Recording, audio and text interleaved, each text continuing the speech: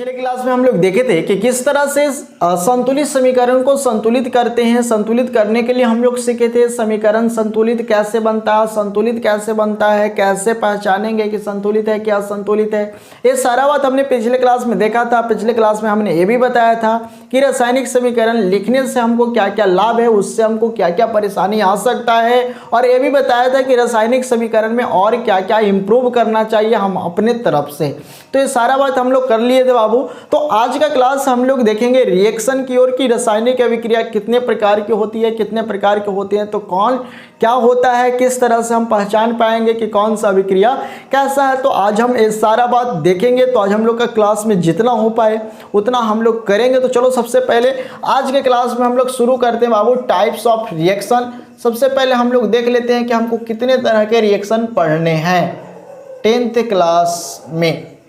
तो types of reaction में हम लोग देखेंगे अभिक्रिया का प्रकार, आगे केमिकल जोड़ दीजिए, chemical reaction, chemical reaction Hindi में लिखना चाहे तो लिख लो। रासायनिक अभिक्रिया के प्रकार, रासायनिक अभिक्रिया के प्रकार टॉपिक बना लीजिए आप लोग, रासायनिक अभिक्रिया के तो प्रकार। तो सबसे पहले हम सभी को डिनोट कर देते हैं कि हमको कितने तरह के पढ़ने हैं। तो पहला बाबू संयोजन अभिक्रिया, आप लोग भी अपने कॉपी में लिख लीजिएगा। संयोजन अभिक्रिया या संयोजन को ही हम लोग संश्लेषण अभिक्रिया के रूप में भी जानते हैं।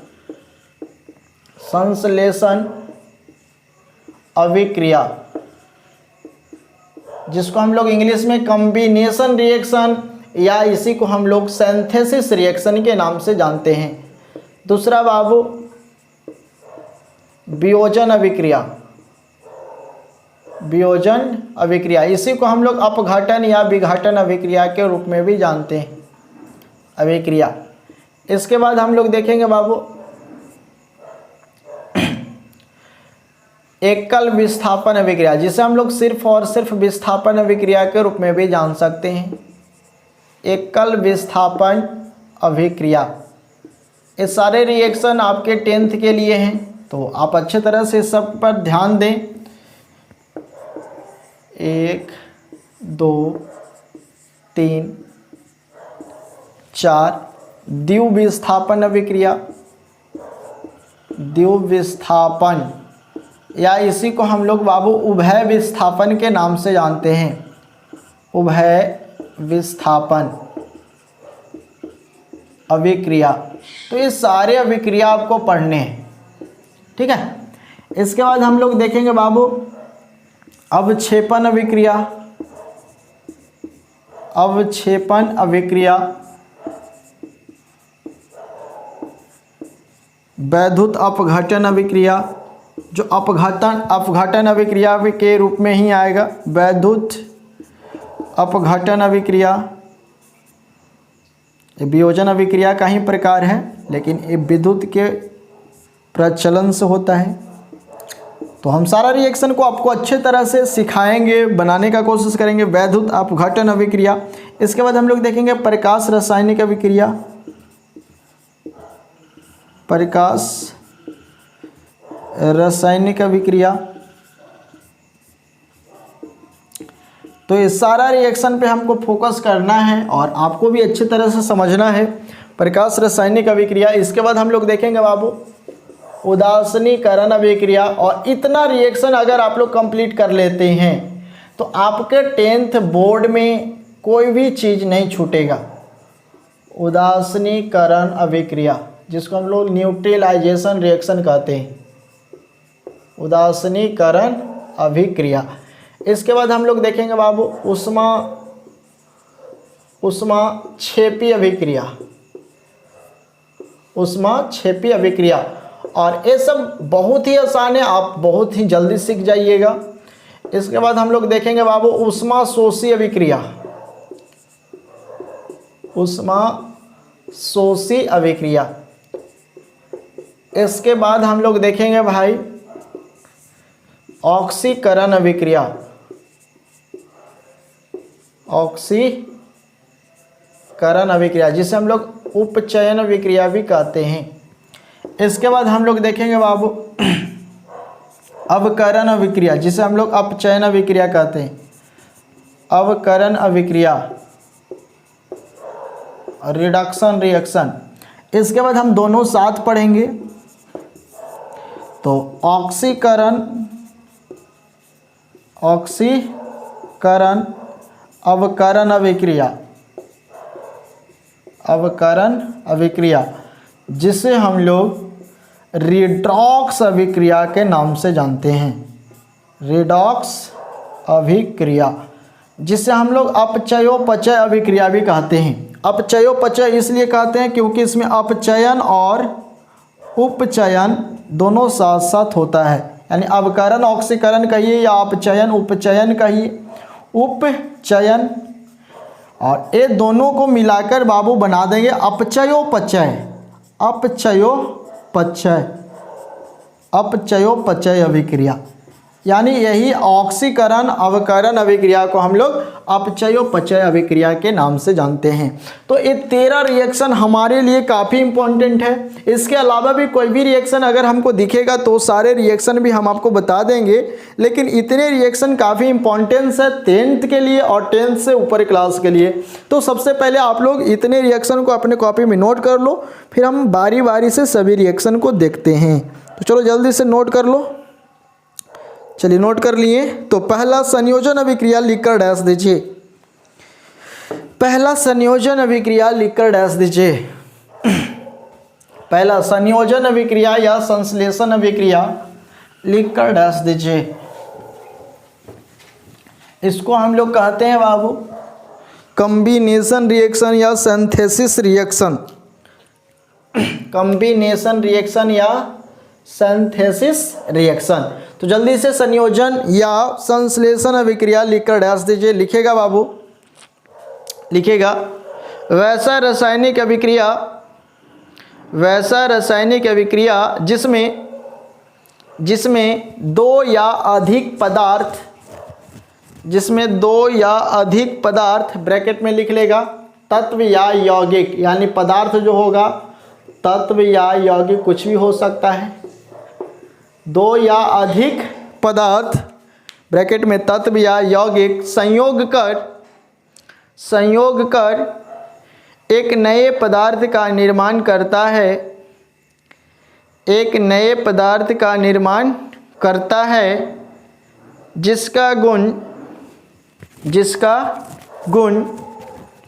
पहले के पदार्थ के तुलना में, जिसका गुण पहले के पदार्थ के तुलना में बिल्कुल भिन्न होता है, बिल्कुल भिन्न होता है। एग्जाम्पल देख लीजिए बाबू। जैसे में अगर आपको कोई कहे कि सोडियम को ऑक्सीजन के साथ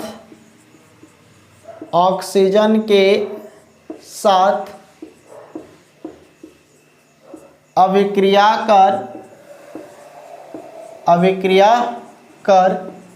सोडियम ऑक्साइड बनाते हैं। सोडियम को ऑक्सीजन के साथ अभिक्रिया कर सोडियम ऑक्साइड बनता है।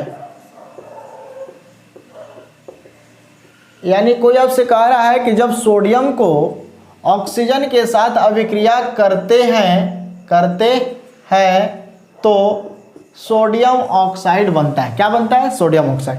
जैसे में देख लीजिए यहाँ पर कि सोडियम प्लस, चाहे शॉर्ट में डिनोट करते हैं, सोडियम प्लस ऑक्सीजन, तो क्या बन जाएगा बाबू? Na2O। तो Na2 है क्या? Sodium oxide. ये फार्मूला बनाने के लिए हमने आपको पहले ही सिखा दिया है। तो यहाँ पर देख सकते हैं कि सोडियम है, ये ऑक्सीजन है, दोनों मिलकर क्या बना रहा है? सोडियम ऑक्साइड बना रहा है। जरा ध्यान से देखना, पहले सोडियम अलग था, ऑक्सीजन अलग था, लेकिन अब दोनों मिल गया तो क्या बन गया? Sodium oxide. तो सोडियम ऑक्साइड में क्या दोनों नहीं मिल रहा है, सोडियम और ऑक्सीजन दोनों एक साथ नहीं मिल रहा, मिल रहा है, यानी इसमें सोडियम और ऑक्सीजन दोनों मिल रहा है, तब क्या बन रहा है बाबू, सोडियम ऑक्साइड, यानी दो पदार्थ इसमें संयोग कर रहा है तो एक तीसरा नया पदार्थ बन रहा है जिसका गुण इससे बिल्कुल भिन्न है, जबकि है इसमें सोडियम ऑक्सीजन दोनों है, लेकिन न इसमें गुण सोडियम का है न इसमें गुण ऑक्सीजन का है, इसका गुण किसके जैसा, सोडियम ऑक्साइड के जैसा, यानी ये दोनों से बिल्कुल क्या हो रहा है, भिन्न हो रहा है। लेकिन आप देख सकते हैं कि इसमें दो पदार्थ मिल रहा है तो एक या अधिक, यानी दोनों मिलकर एक नए पदार्थ का निर्माण कर रहा है। देख लो यहाँ पर दो या अधिक पदार्थ मिलेगा फिर भी एक ही नया पदार्थ का निर्माण होगा, तो इसे हम लोग कहेंगे संयोजन अभिक्रिया। जैसे में एग्जाम्पल दूसरा देख लीजिए, जैसे में मान लेते हैं कि जब कार्बन को ऑक्सीजन के साथ, जब कार्बन को ऑक्सीजन के साथ, जब कार्बन को ऑक्सीजन के साथ रिएक्ट करते हैं या संयोग करते हैं, मिलाते हैं, तो क्या बनता है बाबू, कार्बन डाइऑक्साइड। तो आप देख सकते हैं यहाँ पर कार्बन था, कार्बन का गुण अलग था, ऑक्सीजन का गुण अलग था, लेकिन जब दोनों संयोग किया तो एक तीसरा नया बना बाबू जिसका नाम है कार्बन डाइऑक्साइड। कार्बन डाइऑक्साइड जो दोनों से बिल्कुल भिन्न है, न इसमें गुण कार्बन का है न इसमें गुण ऑक्सीजन का है, तो ये दोनों से मिलकर एक नया प्रोडक्ट बना रहा है। तो जब दो पदार्थ या दो से अधिक पदार्थ या इससे ज़्यादा भी पदार्थ मिले और मिलकर एक नए पदार्थ का निर्माण कर दे, उसे हम लोग क्या कहेंगे बाबू, संयोजन या संश्लेषण अभिक्रिया।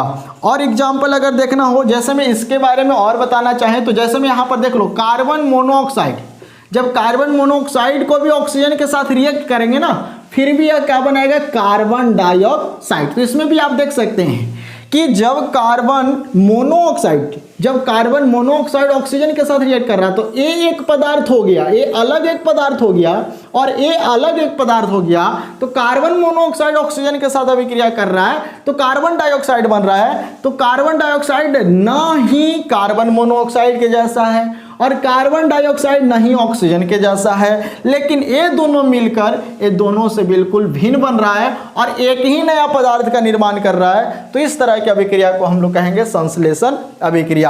आप एक और बात बहुत बार सुने होंगे कि जब मैग्नीशियम को ऑक्सीजन के साथ संयोग करते हैं, जब मैग्नीशियम को ऑक्सीजन के साथ, तो मैग्नीशियम है बाबू, ऑक्सीजन है बाबू, तो जब हम लोग मैग्नीशियम को ऑक्सीजन के संदर्भ में लाते हैं और इसको जलाते हैं, तो जलाते हैं तब तो उससे जलकर जो मैग्नीशियम होता है काफ़ी तेज जलता है, और आपको हम दिखाएंगे, प्रैक्टिकली करके दिखाएंगे कि किस तरह से हम लोग मैग्नीशियम को जलाते हैं और मैग्नीशियम काफ़ी तेज़ी से जलता है। और आपको एक बात पढ़ाया भी जाता होगा 10th क्लास में, आप देखे भी होंगे कि मैग्नीशियम को जलाने से पहले रगड़ते हैं। क्यों? तो रगड़ते इसलिए क्योंकि अगर मैग्नीशियम काफ़ी दिनों तक रखा हुआ है तो उसमें ऑक्सीजन रिएक्ट कर लेता है और ऑक्साइड बना लेता है, जो कि ऑक्साइड उसके ऊपर एक परत के रूप में जम जाता है, उजला परत होता है जो उसको क्या करता है, जलने नहीं देता है। तो उसको क्या करते हैं, पहले रगड़ते हैं तो वो जो उजला परत होता है, जो ऑक्साइड का परत होता है, वो साफ हो जाता है और मैग्नीशियम जल जाता है। और जब मैग्नीशियम जलता है ना भाई, तो बहुत तेज लाइट करता है और जलने के बाद काला अवशेष यानी राख के रूप में उजला मिलता है, काला नहीं उजला मिलता है। तो ये हम आपको प्रैक्टिकली करके दिखाएंगे, लेकिन अभी आपको बताते हैं कि मैग्नीशियम प्लस ऑक्सीजन, यानी मैग्नीशियम धातु है और ऑक्सीजन अधातु है, जब ये दोनों को मिलाएंगे बाबू तो तीसरा एक बनेगा मैग्नीशियम ऑक्साइड। अब यहाँ पर देख सकता है कि मैग्नीशियम ऑक्साइड बन रहा है, तो क्या मैग्नीशियम ऑक्साइड में मैग्नीशियम का गुण है? नहीं है, जबकि है इसमें मैग्नीशियम है, ऑक्सीजन भी है, दोनों है, लेकिन दोनों मिलकर एक नया प्रोडक्ट बना दे रहा है, जिसके कारण ना ही इसका गुण मैग्नीशियम के जैसा मिल रहा है ना ही इसका गुण ऑक्सीजन के जैसा मिल रहा है। तो इसका नाम है बाबू मैग्नीशियम ऑक्साइड, मैग्नीशियम ऑक्साइड। तो इसे हम लोग कहेंगे क्या, संश्लेषण अभिक्रिया या संयोजन अभिक्रिया। तो चलो जल्दी से आप लोग इसे नोट कर लो। तो जल्दी से आप लोग इस 3 एग्जाम्पल को नोट कर लो। पहला एग्जाम्पल, सोडियम को ऑक्सीजन के साथ अभिक्रिया करते हैं या अभिक्रिया के जगह पर संयोग लिखो, संयोग करते हैं तो सोडियम ऑक्साइड का निर्माण होता है। दूसरा लिखेगा बाबू कि जब कार्बन को ऑक्सीजन के साथ संयोग करते हैं तो कार्बन डाइऑक्साइड का निर्माण होता है। तीसरा लिखना चाहेगा आप तो लिख लो कि जब कार्बन मोनोऑक्साइड को ऑक्सीजन के साथ है अभी संयोग करते हैं तो कार्बन डाइऑक्साइड का निर्माण होता है। और चौथा लिख लो बाबू कि जब मैग्नीशियम को ऑक्सीजन के साथ संयोग करते हैं तो मैग्नीशियम ऑक्साइड का निर्माण होता है और मैग्नीशियम ऑक्साइड का जो रंग होता है उजला होता है। तो इस तरह से आप इसको नोट कर लीजिए एग्जाम्पल में। तो अब हम लोग सेकेंड पे चलते हैं, जल्दी से नोट कर लीजिए। चलिए नोट कर लिए। अब हम लोग देखते हैं बाबू वियोजन अभिक्रिया दूसरा।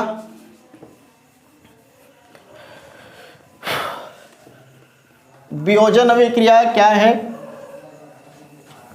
तो वियोजन बिल्कुल संयोजन का उल्टा है। संयोजन में दो मिलकर एक बन रहा है तो उसमें एक से दो या अधिक बनता है, ठीक है। तो दूसरा हम लोग देखेंगे बाबू संयोजन का उल्टा वियोजन अभिक्रिया। वियोजन अभिक्रिया, वियोजन अभिक्रिया को ही आप घटन या विघटन अभिक्रिया के रूप में भी देखते हैं। वियोजन अभिक्रिया, अब वियोजन अभिक्रिया क्या है बाबू? तो जब कोई पदार्थ यानी कोई ए पदार्थ है और ए टूट रहा है, किसी भी प्रक्रिया द्वारा टूट रहा है और टूटने के बाद दो पदार्थ या तीन पदार्थ या चार पदार्थ या पांच पदार्थ, कितना भी पदार्थ का निर्माण कर रहा है उससे हमको कोई मतलब नहीं है। लेकिन पहले एक ही था, अब टूटकर दो या अधिक पदार्थों में विभक्त हो जा रहा है, बट जा रहा है या निर्माण कर रहा है, तो वैसे अभिक्रिया को ही हम लोग कहते हैं वियोजन अभिक्रिया। तो चलो जल्दी से सबसे पहले वियोजन अभिक्रिया लिखकर डैश दो। लिखेगा बाबू, इसको हम लोग इंग्लिश में कहते हैं डीकंपोजिशन रिएक्शन। डीकंपोजिशन रिएक्शन लिखेगा बाबू। वैसा रासायनिक अभिक्रिया जिसमें कोई पदार्थ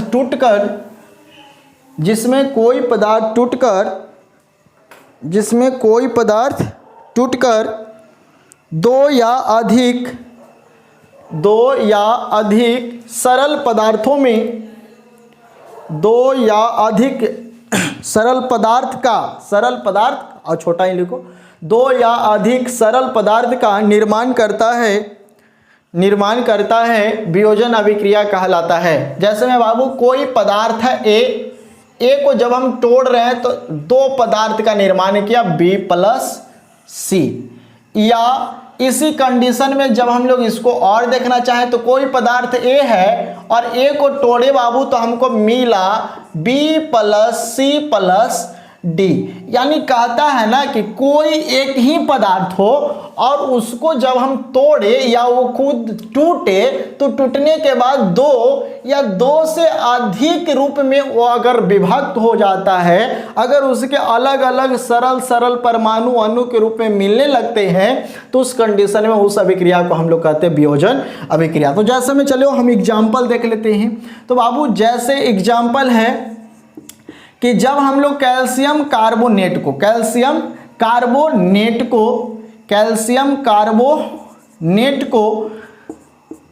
जब हम लोग तोड़ते हैं तो कैल्शियम कार्बोनेट को जब हम लोग विभक्त करते हैं तो क्या प्राप्त होता है? तो यहाँ पर देख लो, जैसे में जब कैल्शियम कार्बोनेट को वियोजित करते हैं तो क्या प्राप्त होता है बाबू? Calcium oxide plus carbon dioxide. तो आप यहाँ पर ध्यान से देख सकते हैं कि यहाँ पर हमारा क्या है? कैल्शियम कार्बोनेट जो कि एक अलग पदार्थ है और इसको जब हम लोग तोड़ रहे हैं बाबू तो ये हमारा एक मिल रहा है कैल्शियम ऑक्साइड और दूसरा मिल रहा हमारा कार्बन डाइऑक्साइड। तो आप देख सकते हैं कि यहाँ पर दो पदार्थ में विभक्त हो गया। पहले एक ही था कैल्शियम कार्बोनेट, लेकिन अब अलग अलग मिलने लगा कैल्शियम ऑक्साइड और कार्बन डाइऑक्साइड। तो इस कंडीशन में आप देख सकते हैं कि दो पदार्थ का निर्माण हो रहा है। इसके बाद अगर हम लोग और देखना चाहें तो जैसे में मान लेते हैं कि हमारे पास है सोडियम ऑक्साइड। तो बाबू जब हम लोग सोडियम ऑक्साइड को वियोजित करेंगे तो क्या मिलेगा? Sodium plus oxide. तो इस कंडीशन में आपको क्या प्राप्त हो रहा है कि पहले सोडियम ऑक्साइड एक था लेकिन अब टूटकर क्या हो जा रहा है? सोडियम अलग हो जा रहा है, ऑक्सीजन अलग हो जा रहा है। तो इस कंडीशन में हमें क्या क्या मिल रहा है, तो एक पदार्थ से दो पदार्थ का निर्माण हो रहा है। तो इस कंडीशन में हम कह सकते हैं कि ये जो अभिक्रिया हो रहा है ये कौन सा अभिक्रिया है, तो वियोजन अभिक्रिया है। एक और एग्जाम्पल अगर हम लोग देखना चाहें, जैसे में आप लोग H2O के बारे में सब जानते हैं, तो जब हम लोग H2O को तोड़ते हैं बाबू, तो H2 + OH इस कंडीशन में टूट रहा है। या H2O को जब हम लोग हाई टेम्परेचर पे भी हीट करते हैं तो H2 + O2 इस कंडीशन में भी मिलता है। लेकिन आपको ज़्यादा दिखाने के लिए आपको यहाँ पर A जरूरी है। तो यहाँ पर आप देख सकते हैं कि हाइड्रोजन और हाइड्रोक्साइड के रूप में टूट रहा है। तो इस कंडीशन में भी आप देख सकते हैं। अगर हम इसका दूसरा एग्जाम्पल दिखाना चाहें तो H2O जब तोड़ेंगे बाबू तो हाइड्रोजन और ऑक्साइड, ज़्यादा हीट करेंगे तो आपको हाइड्रोजन और ऑक्साइड डायरेक्ट मिलेगा। तो यहाँ पर भी टूट रहा है। इसको देख लीजिए आप लोग NH3, तो NH3 किस रूप में टूटता है, तो N2 + H2। तो आप देख सकते हैं कि ये सभी एक ही पदार्थ था, लेकिन टूटने के बाद दो दो पदार्थ का निर्माण कर रहा है और कई कंडीशन में दो से अधिक पदार्थ का भी निर्माण हो सकता है। तो इसे हम लोग क्या कहेंगे बाबू, इसे हम लोग कहेंगे वियोजन अभिक्रिया। तो जल्दी से आप लोग इसे नोट कर लीजिए, वियोजन अभिक्रिया को नोट कर लीजिए। इसके बाद हम लोग देखते हैं नेक्स्ट जो हमारा है, क्या है हमारा, तो एकल विस्थापन अभिक्रिया। तो जल्दी से नोट कर लीजिए। इस सब में आप देख सकते हैं कि सब टूटकर क्या हो रहा है, अलग अलग हो रहा है। चलिए, जैसे मैं इसमें और अगर एग्जाम्पल देखना चाहें तो आप लोग देख सकते हैं यहाँ पर AgCl टूटेगा तो क्या बनेगा, Ag + Cl2, Ag + Cl2। इसी तरह से अगर AgBr टूटेगा तो क्या बनेगा बाबू, Ag + Br2। तो ये सब देख सकते हैं कि क्या हो रहा है, वियोजन अभिक्रिया हो रहा है, या इसी को हम लोग अपघटन या विघटन अभिक्रिया कहते हैं। नेक्स्ट, आप लोग अच्छे तरह से मेहनत कीजिए, पढ़िए और हम लोग काम करते रहेंगे। तो नेक्स्ट हम लोग देख लेते हैं बाबू, एकल विस्थापन अभिक्रिया। एकल विस्थापन अभिक्रिया, इससे एक क्वेश्चन हमें बहुत ही ज़्यादा बेनिफिट देता है। एकल विस्थापन अभिक्रिया जो इसका ही एग्जाम्पल है, अभी हम बताएंगे आपको। एकल विस्थापन अभिक्रिया जिसको हम लोग कहेंगे single displacement reaction, single displacement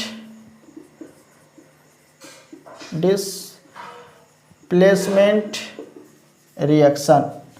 तो जल्दी से आप लोग टॉपिक बना लीजिए, एकल विस्थापन अभिक्रिया लिखकर डैश दीजिए, एकल विस्थापन अभिक्रिया लिखकर डैश दीजिए। लिखेगा वैसा रासायनिक अभिक्रिया, वैसा रासायनिक अभिक्रिया जिसमें कोई यौगिक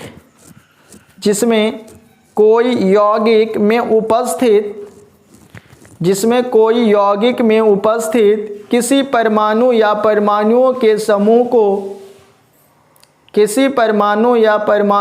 समूह को किसी दूसरे परमाणु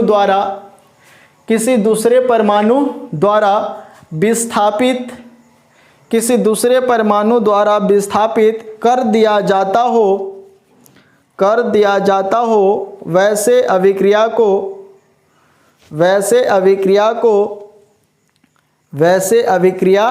को हम लोग क्या कहते हैं जी, एकल विस्थापन अभिक्रिया कहते हैं।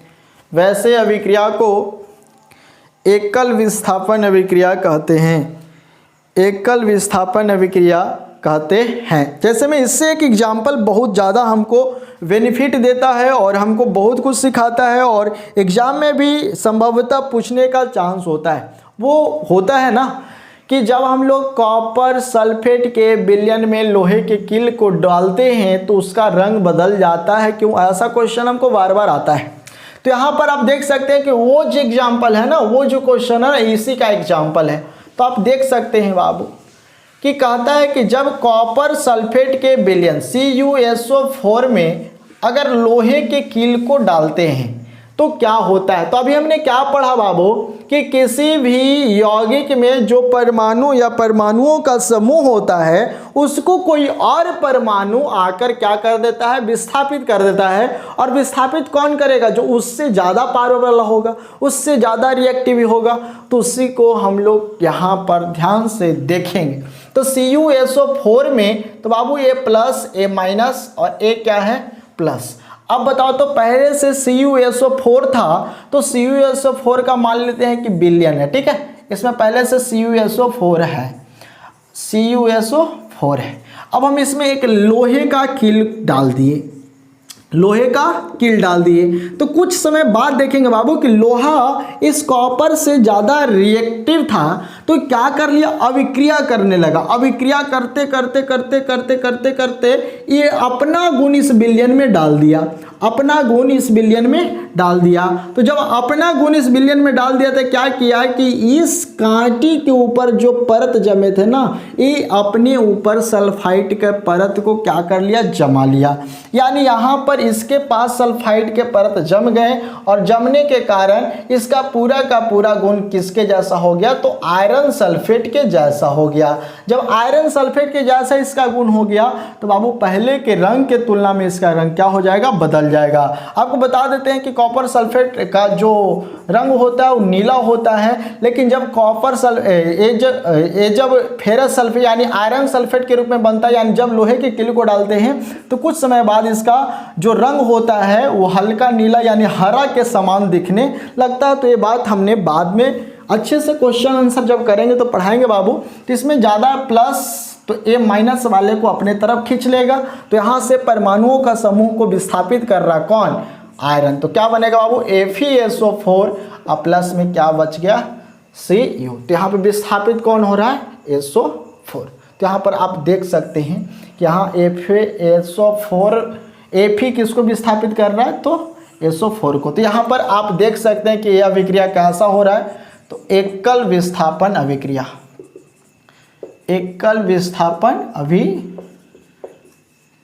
जैसे में आप देख सकते हैं बाबू कि जब हम लोग इस CuSO4 को जिंक के साथ, किसके साथ, zinc, same condition, plus minus plus plus minus, क्या हो जाएगा बाबू, ZnSO4 प्लस Cu। तो यहाँ पर भी आप देख सकते हैं कि SO4 को क्या कर लिया, विस्थापित कर लिया।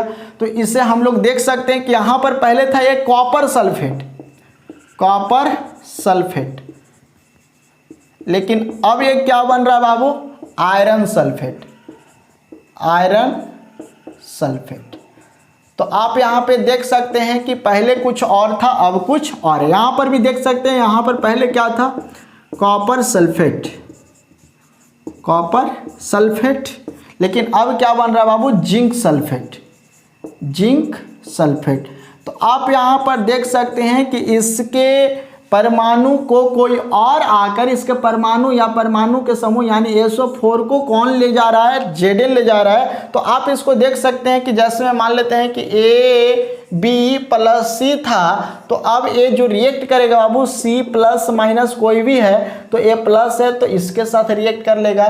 तो क्या बन जाएगा बाबू, BC प्लस A, लेकिन इसका गुण पहले से बिल्कुल भिन्न होगा, यानी क्या बन सकता है, तो DE प्लस F बन सकता है, यानी कुछ भी रिएक्शन हो सकता है। इसको हम इस तरह से डिनोट कर सकते हैं कि मान लेते हैं कि राम श्याम कोई दोस्त था, मान ले रहे हैं राम श्याम कोई दोस्त था, पहले से दोस्त था, ये दोनों बहुत अच्छा दोस्त था, बहुत गहरा दोस्त था, लेकिन बाद में एक लखन आ गया, ठीक है, कौन आ गया, लखन नाम के तीसरा लड़का आ गया। अब ये लड़का आया तो इससे मिला, अब मिला तो देखा कि राम श्याम, तो राम श्याम दोनों बहुत गहरा दोस्त है, लेकिन लखन को श्याम अच्छा लगने लगा, ठीक है, लखन को श्याम अच्छा लगने लगा, इससे बातचीत होने लगा, इसको बहुत सारा मान सम्मान इसके साथ मिलने लगा। तो श्याम के भी मन कहा कि अब हम तुम्हारे साथ नहीं रहेंगे, यानी राम के साथ नहीं रहेंगे। अब ये श्याम राम को छोड़ दिया और किसके साथ चल गया, लखन के साथ। तो अब श्याम लखन अच्छा दोस्त हो गया, तो राम क्या हो गया, बेचारा अकेले हो जाएगा। तो वही काम हम लोग यहाँ पर भी कर रहे हैं। तो इस तरह से आप लोग यहाँ पर समझ सकते हैं। इसका और एक एग्जाम्पल अगर हम लोग देखना चाहें बाबू, तो और देख सकते हैं कि जैसे में हम लोग कॉपर नाइट्रेट को सिल्वर के साथ रिएक्ट करेंगे, जैसे मैं सिल्वर नाइट्रेट को अगर कॉपर के साथ रिएक्ट करना चाहें तो क्या बन जाएगा बाबू, CuNO3 के होल ट्वाइस प्लस Ag। तो यहाँ पर देख सकते हैं कि कॉपर इस सिल्वर से ज़्यादा रिएक्टिव है, तो ए यहाँ से क्या कर लिया, NO3 को अपने साथ कर लिया। ए बाबू प्लस था तो ये किसी के साथ रिएक्ट नहीं कर पाया, तो ये अकेले बच गया। तो यहाँ से NO3 को क्या कर रहा है, विस्थापित कर रहा है। तो यहाँ पे क्या बन रहा है, कॉपर नाइट्रेट। लेकिन पहले क्या था, तो पहले यही था बाबू, सिल्वर नाइट्रेट। तो हमको उम्मीद है कि ये बात आपको समझ में आ रहा होगा।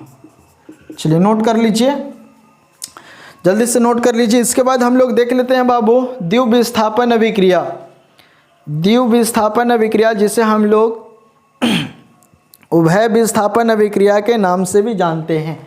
और इसको हम अच्छे तरह से समझ सकते हैं एकदम आसान से भाषा में कि कोई ए बी है, तीसरा कोई बरियार सी आ गया, तो ए बाबू प्लस, ए बाबू माइनस, ए बाबू प्लस आ गया, तो ए प्लस इसके साथ चल गया, तो क्या बना लिया, बी सी आ प्लस, बेचारा ये अकेले रह गया। तो यही है हमारा क्या, विस्थापन अभिक्रिया। यानी पहले से कोई दो गो साथे है, तीसरा कोई नया आया, एकरा में से एगो के लेके चल गया, तो एगो अकेले हो गया, तो जो ओकरा साथ गया वो विस्थापित हो गया। तो इसको हम लोग कहेंगे विस्थापन अभिक्रिया, यानी अपन के छोड़ के दूसरा के साथ चल जाना है, विस्थापन अभिक्रिया है। तो चलिए नेक्स्ट हम लोग देख लेते हैं।